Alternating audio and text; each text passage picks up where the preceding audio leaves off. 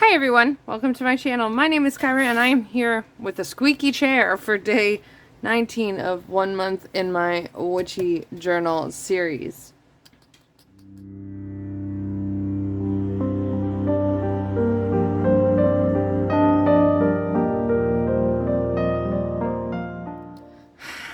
I need to start getting ready because it's almost August. It's really crazy how life goes so quick like that.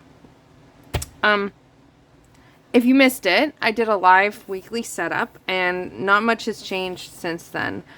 The cards I got for my weekly kind of threw me for a loop emotionally. And so I put a focus because I wasn't, here it is, here's last week. I wasn't using my habit tracker. I completely forgot it. So I put my witchy planning in the bottom box and put a focus on the top box.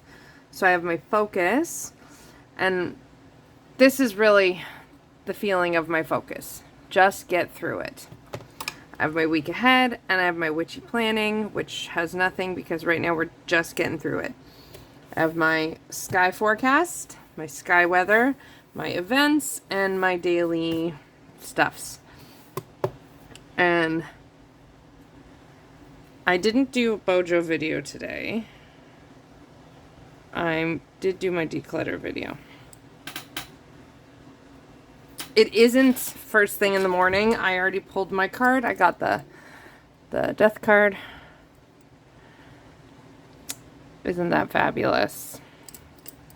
Whoop-de-doo. But what I'm here for today, we've reached the point in the month where I have to start getting ready for next month. So the first thing I always do is my predictions. So let me go ahead and turn the camera to a better working angle and get set up to do this. Okie dokie. I have my Starseeker tarot deck. I have my Heavenly Bodies astrology deck. I have my journal. And I have my chart on my computer. And I have my child bringing out his plate. I also have my chart here in my honeycomb almanac. So, my chart. These are the things I use to do this, my predictions. And so I have all the things I need. And what I'm about to do is my personal version of the monthly work I do with my clients who purchase my Your Head Spread package. And I did talk about this in that live. And what I do is I use the personal astrology of that person, in this case myself, to decide what kind of areas of life we're looking at, what kind of topics we're looking at, and then with the tarot, I explore those topics, and putting it together, I get a kind of a predictive vision of what energy themes are going on for the month, what things they could choose to be working on, again, this being myself in this case, or the client. Once we've examined this information and I get the kind of predictive picture, I put all of these things together and it gives me kind of a predictive picture of what the month is looking like it's going to be about for that person, in this case myself, or for the client I'm working with. And from that, like, it shows the energetic themes going on. It shows areas they can work on, and they can choose to work on it ritually, spells. It's also how I determine my themes for the month, and it's how I determine where to focus my goals. It's basically weaving cosmic magic and tarot together to make predictions about what the month is like, and they tend to be fairly accurate. So last month,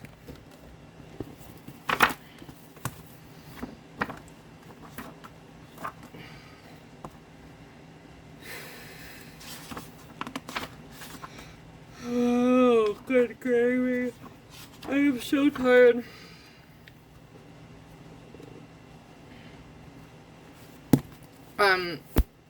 So last month, for me, this month my card has been the Emperor card. Wrong box.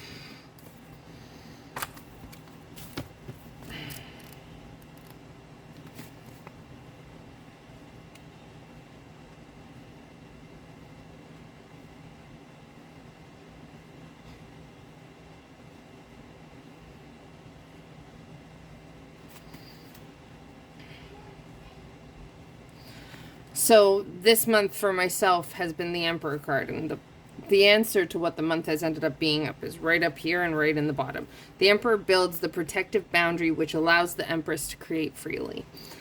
And I'm coming up to the Empress. I'm going to write that as a quote. So let me, and then down here, this is a time to set firm rules and boundaries to better your life or situation. Planning, organizing, and setting realistic goals should be your focus. And even though I haven't always done all that work this month, there's been a lot of that looking at the rules and boundaries has been a big thing. So what I need to do is I have a blank page here, and I need to pull out my cards and determine, I need to do my predictions. Let me see here.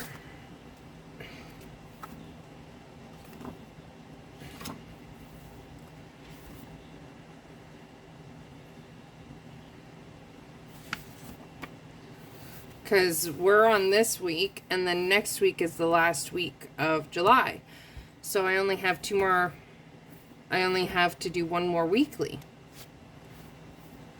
So, predictions.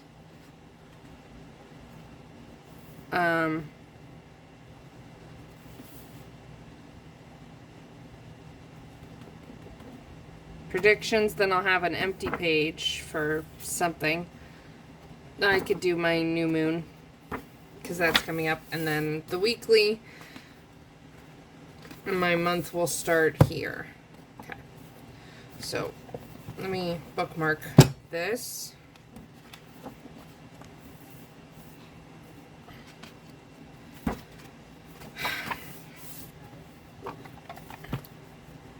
So I need to pull out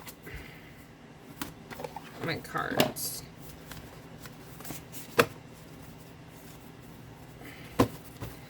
We are moving into Leo season, so that's the first card I need. Leo is my second house.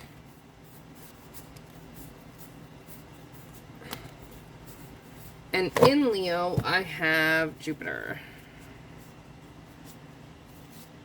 There's Jupiter. So this is my very least. At least I'm going to be pulling 2 extra cards. What I'm also going to do, though, is pull 2 more, because Leo is opposite my 8th house, where my Saturn is. And since I'm in my Saturn return, that feels important. So I do this as prep work for my clients. I look at their chart and I look at whatever season, like whatever sign it is. Because we're in Leo season, I'll be looking at the Leo parts of people's charts. And from that, I decide what cards I want to pick based on what stuff is standing out. And then those are where we're exploring And then I pull one tarot card for each position, and we explore. So I need to move my journal out of the way for a minute. It's super interesting to me that I have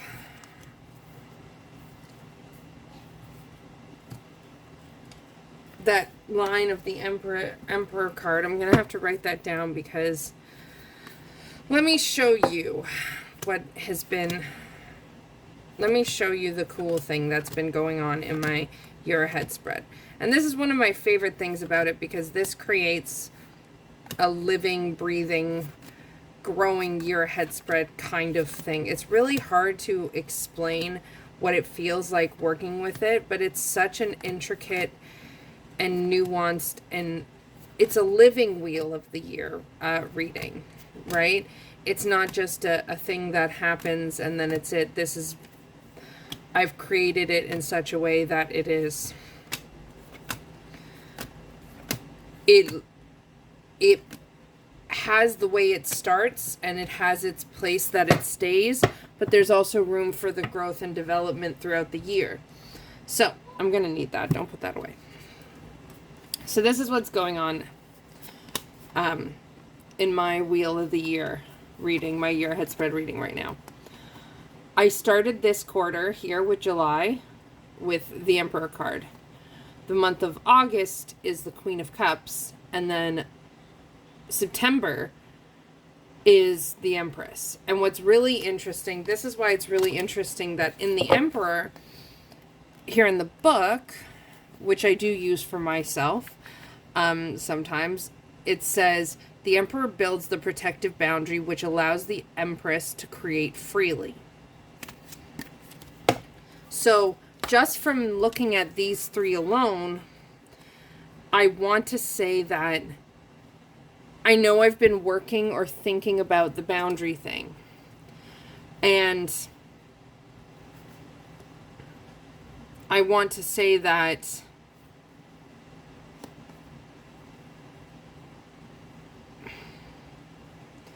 I feel like this is the stepping stone to this. Like, I've created the boundary to kind of release, let loose my Queen of Cups energy again. And the conjunction of those two will kind of bring me to the Empress thing, if that makes any kind of sense. Because how cool of a succession of cards is this? And this is what I pulled in my year ahead spread. So I'm going to keep the Emperor and the Empress out because I'm moving from the Empress and I'm moving from the Emperor and I'm moving towards the Empress. And this is my monthly card for Leo. This is my focus. The cards that I pull at the beginning of the year, and this is why it's a growing, evolving thing.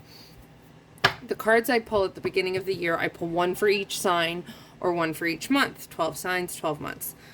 And the cards I pull at the beginning of the year, they are the focus. They are the main energy going on.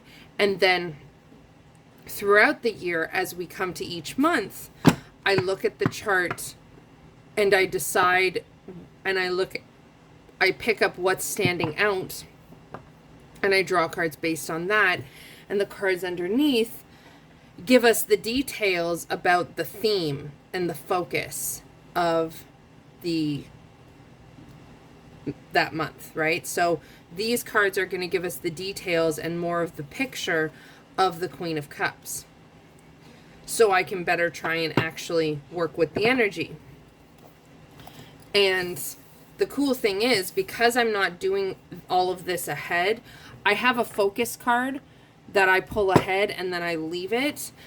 So by the time I get here, I've grown and changed and developed throughout the year, which allows my reading to, it builds space in my practice with this year ahead spread for that growth and development.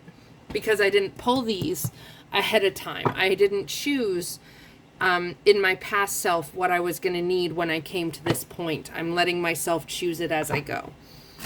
If that makes sense. I hope I'm explaining this well. So I need to know what is going on for the Queen of Cups. By the way, quick update. This Starseeker Tarot has this gorgeous rose petal cardstock. Hey, I pulled the world card. It is soft and velvety. It feels amazing to touch. It does stick, which honestly makes a very satisfying feeling when you pull them apart, and it makes a great sound.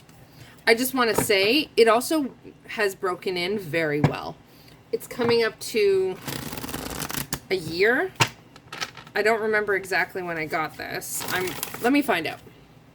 I checked. I actually got this deck on July 1st, 2021. So I've had this deck over a year. Anyways, the cardstock breaks in beautifully. Even though it does still stick, it doesn't stick as much. And the shuffle is just getting easier and easier. And it still feels just amazing on your hands. So, highly recommend. Love this deck so much. Anywho, I need to think and focus on Leo season. Leo season is all about being playful. Being a big playful kitty. Playfulness. Mine is in my second house of resources. The material worlds. It's my resources, both tangible and intangible. So it's playing with my stuff. And I have Jupiter there, which means A, I'm really fucking lucky in my resources. B, I just had a thought. It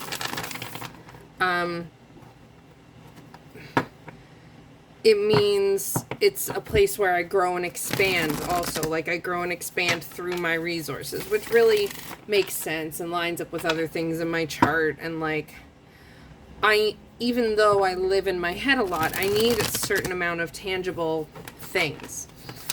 I just had the thought of the Queen of Cups is the super intuitive. It's arguably one of the most intuitive cards in the deck. And it's water of water. And this being luck and how I grow, and it being in the area of how I am lucky and how I grow my resources, part of this, I feel like, just on this alone is telling me I really need to just follow my intuition about how to grow my resources. Just following that water, follow the feeling, follow the intuition, that kind of stuff, if that makes sense. Let's see what cards I get.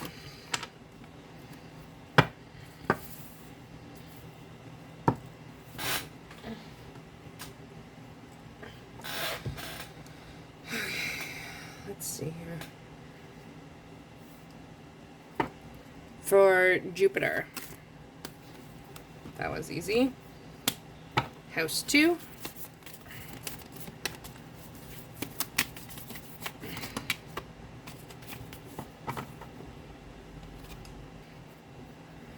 House 2.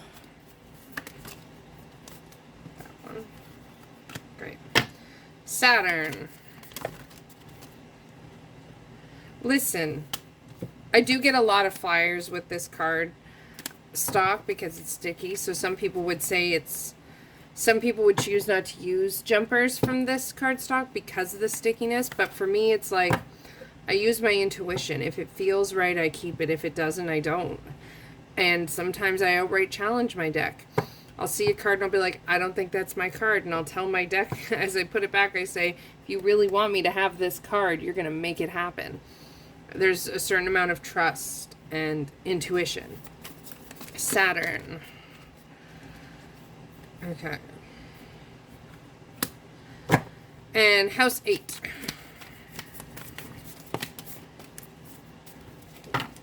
Alrighty. Alrighty, Roo. Let's see. Okay. 3 of Wands. That was my card a couple months ago. Last month. I'll see in a second. 8 of Swords. Of course. 10 of Pentacles. And the Fool. Okay. So my first step, and I am going to use my small little journal because it's right here and I can reach it. I will get my big journal.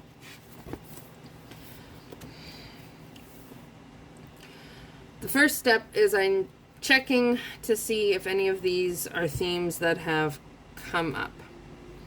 So, the Three of Wands, yeah. The Three of Wands was my card last month in June. I really don't remember June very much.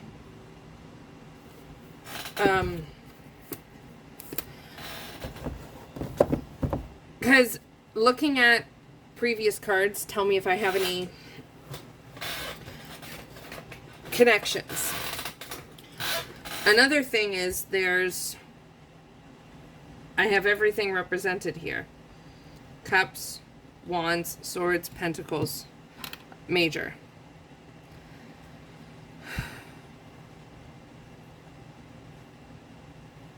So I'm just going to talk at you like you're my client, and then I'm going to do some journaling for myself. First of all, this came out crossing, blocking my Queen of Cups, and I feel like that's telling me that part of my lesson of my Saturn return is that the idea of this is blocking my Queen of Cups. And lately, I've been looking at the Ten of Pentacles more and seeing that shadowed side of trying so hard to attain this perfect, unrealistic, maybe too perfect vision that you're blocking yourself from the finer things, the things that actually matter.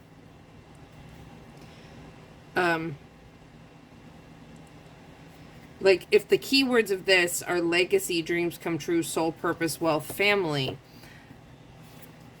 then the reversal of that is like, sometimes this shit is too good to be true. Sometimes this is not what you...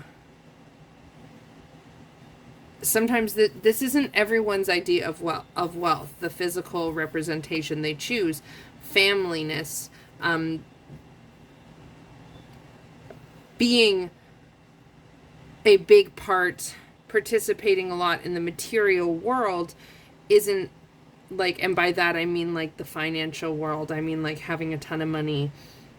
That's not everyone's idea of wealth. Having this came out completely blocking this, and this one came out like that. I feel like a big part of this is my learning and my understanding that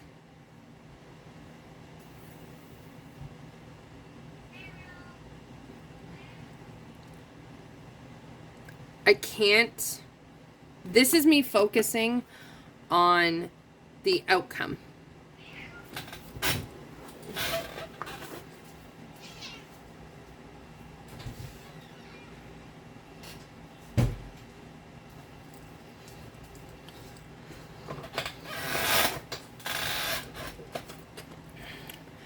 This is me focusing on the outcome.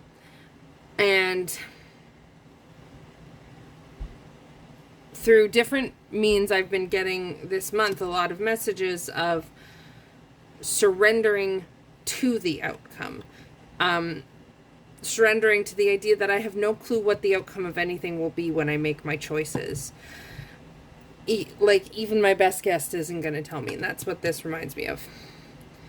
Other overall thoughts off the top of my head is this. It does seem very... It's just balanced. Having the Eight of Swords.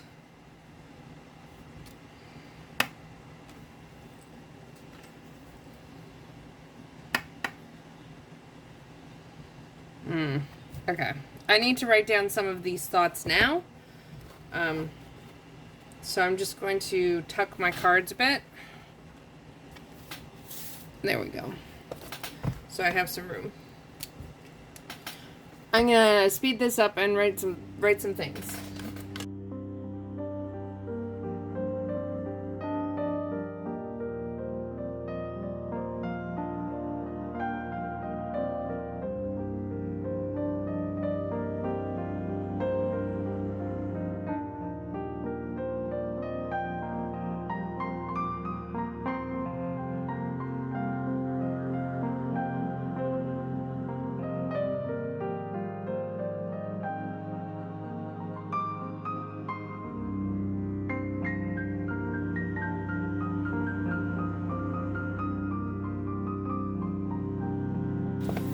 So, what I've got so far is I put the quote, the emperor builds the protective boundary which allows the empress to create freely.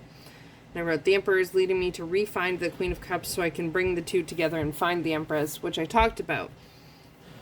I wrote down my cards, and then I wrote, the Ten of Pence came out blocking the Queen of Cups, and that's the lesson. The Ten of Pence is me going for a specific outcome when I need to surrender to the outcome as an unknown. Trust that I'll love the outcome and surrender to the journey there. Which might, I might use this as my quote page.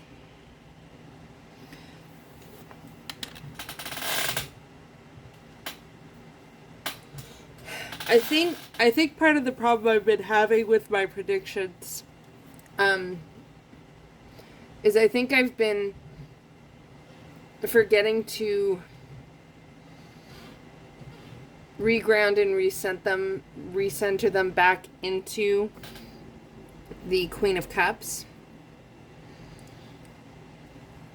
or into whatever my focus card is for that month. The Eight of Swords here at the second house, that is a strong, tells me that I'm blocking my own success in some way, that my mental wellness is blocking my own success. And I talked about that. Oh, what was it that I was saying?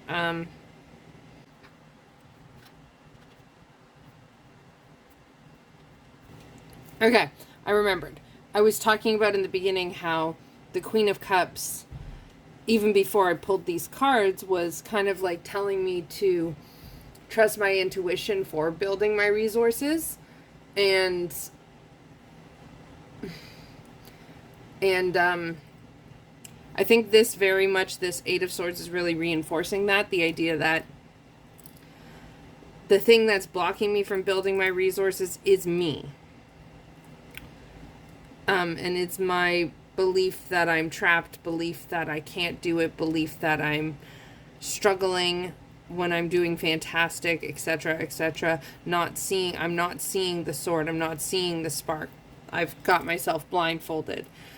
All I'm seeing is the mountain in front of me. I'm not taking the steps, I'm just frozen at the mountain.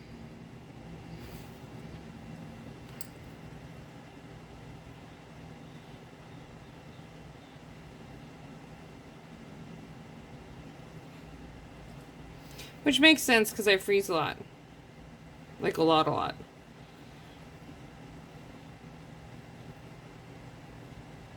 Okay.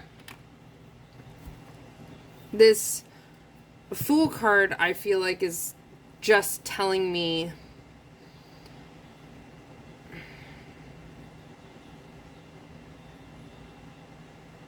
I feel like this is telling me my problems. My problems is I'm blocking myself. I'm focused on the whole of the mountain rather than just one next step at a time.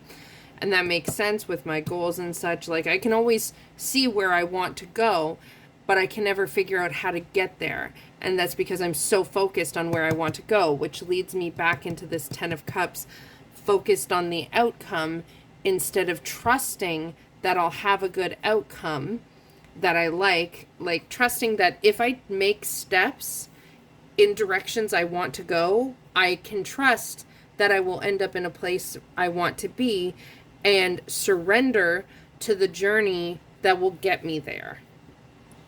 So these two are very connected. And then on the outside here, we have the Three of Wands, which I always feel kind of stumped whenever I see it, even though I've looked at it and read about it. And we have the Fool. So I feel like the Fool here is encouraging me that I'm getting that new journey. I have those opportunities. So what I really want to do is I really want to look at the Queen of Cups, the Three of Wands, and the Fool in the guidebook for myself to help me see what else I might be missing from them. I'm going to start with the Fool.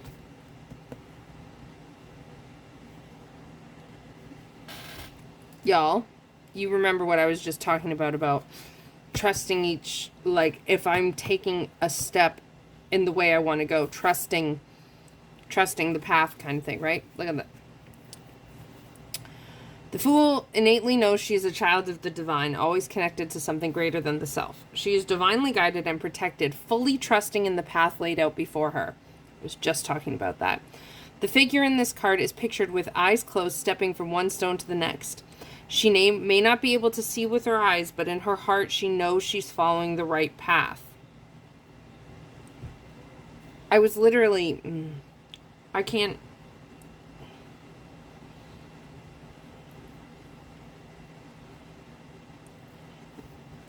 As you take steps toward an unknown future, trust that you are guided and supported by the unseen forces of the universe. Okay. That's literally exactly the thing I was talking about, you know. And this is why it's useful to read the guidebook, especially for yourself, I feel.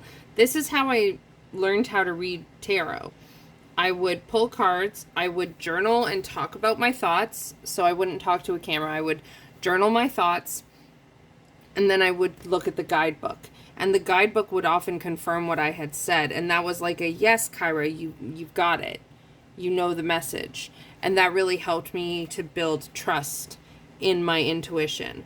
And here's an example of that. I was just talking about this, the message here of being this kind of expecting there to be specific steps I can take because of the fact that I want to get to a very specific outcome instead of trusting the outcome. As you take steps toward an unknown future, trust that you are guided and supported by the unseen forces of the universe. It's right there. I'm going to see about the Three of Cups. Or the Three of Wands. It's here too. Think bigger and reach further. The universe is on your side, pushing you to grow and find success. So get excited and see your reality for what it really is. A vast landscape full of endless potential. Have faith in your goals and move forward with confidence. Same kind of message.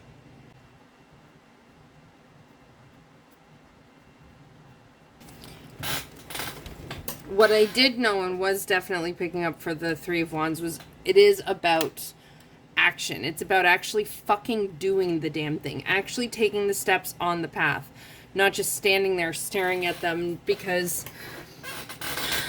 you're afraid where they'll lead you. You don't trust that they'll lead you exactly where you want to go. You don't trust that they're safe steps. Yada, yada, yada.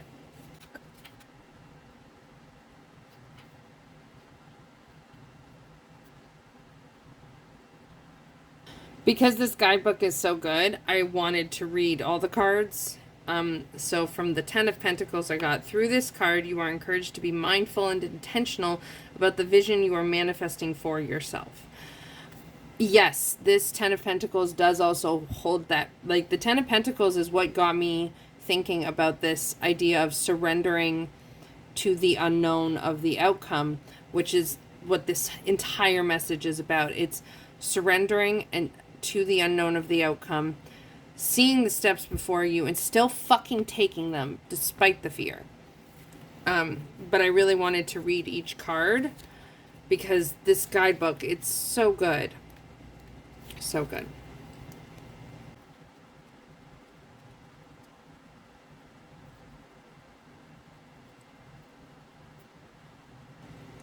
From the Eight of Swords, I've got the only thing in your way now is your own fear and self-imposed limitations. No surprise there.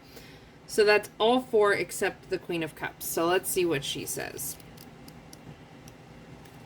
What does she want to tell me that I picked up on? I like this whole middle paragraph. The Queen of Cups invites you to connect deeply with yourself and your surroundings.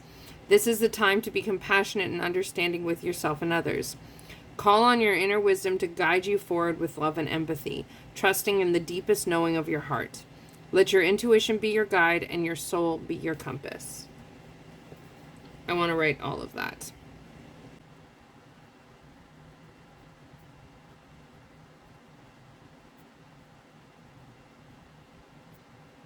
All right. So I'm feeling good about this.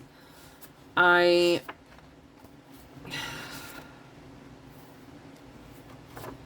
feels good. It feels good to see these cards. Probably because I love them so damn much.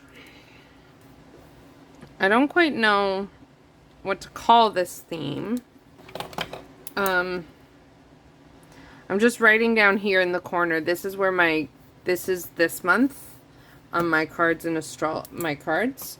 And I'm just writing down, I'm noting the cards I've pulled. So, let me think.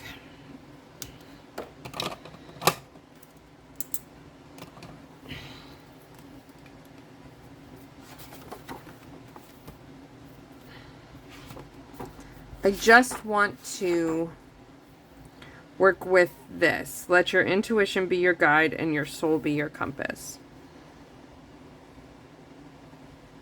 That's what I want to write. And I don't quite know what that means. But I think that's kind of the point. I think it's kind of the point that I don't know what that means. I have an idea in my head of what it is that I want to draw and what I kind of want my theme to be. I'm going to put the rest of these cards away because I don't need them. I just need the Queen of Cups.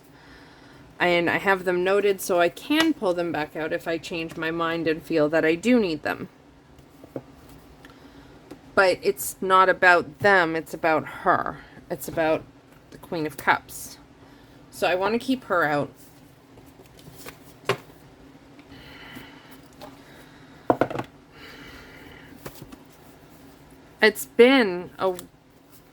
This month has been really,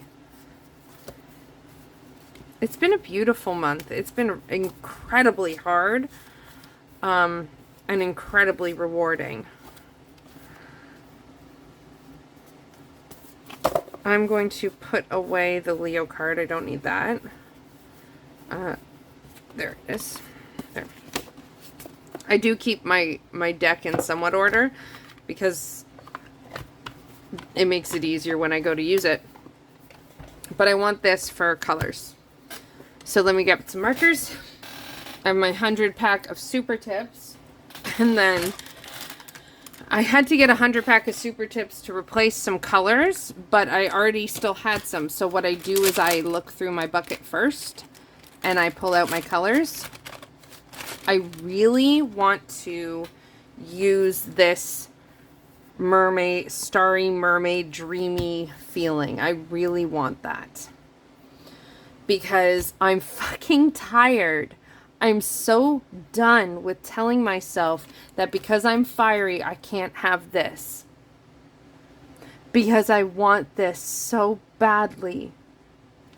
And I am this. I can be both. I can be the Queen of Wands and the Queen of Cups. I am both. I am all of them. I can be the Empress and the Queen of Cups. So I flipped to the page at the back. This is being kept for my next weekly. And I use the back to... The color needs to be tested on the same type of paper because it will show up differently. So I definitely think I'm wanting that silver. I want a nice moody blue. I'm loving this like gray blue kind of color in there. Can you see that? There. Look at her. She's stunning.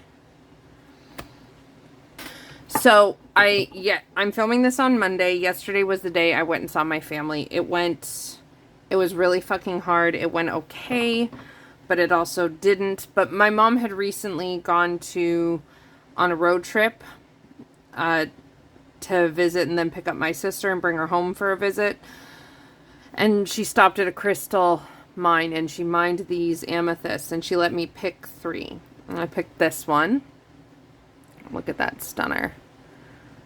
Look at that stunner. And I picked this one. It looks very wet in the middle. And then I picked this one. And this one's my favorite because look at that red. Look at that iron through it. Look at that. It's just stunning. And I'm feeling very reminded of those right now. Okay, so I need to make a mess. This is how I do things in my household and in my life. I make a big fucking mess and then I work to clean it up. But in here, I don't know if it's showing up. There's this stunning bluey gray color right in here that I really want to see if I can find a version of.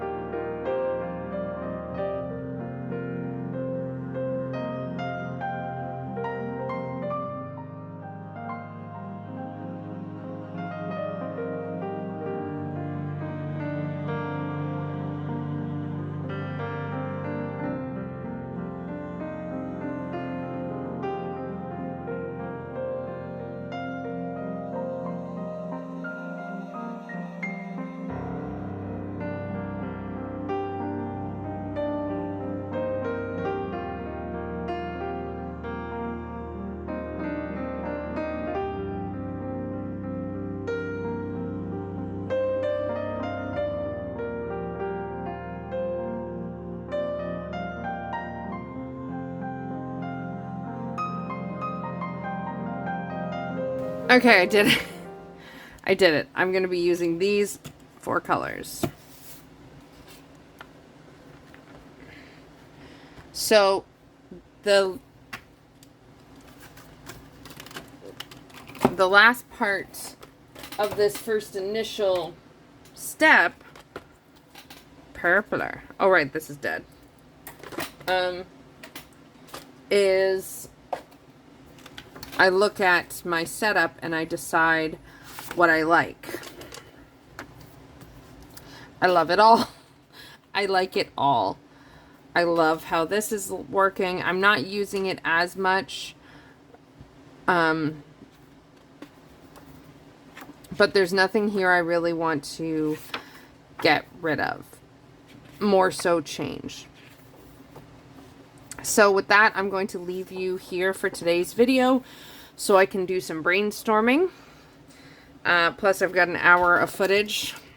So I'm going to do some brainstorming and I'll see you in tomorrow's video where we will continue working on this in some capacity. Please don't forget to give this video a thumbs up to let me know if you liked it. Subscribe if you haven't already and hit that bell notification so you can come on back and join us here.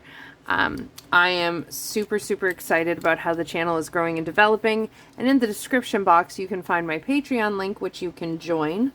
There will be YouTube membership as soon as I have unlocked it.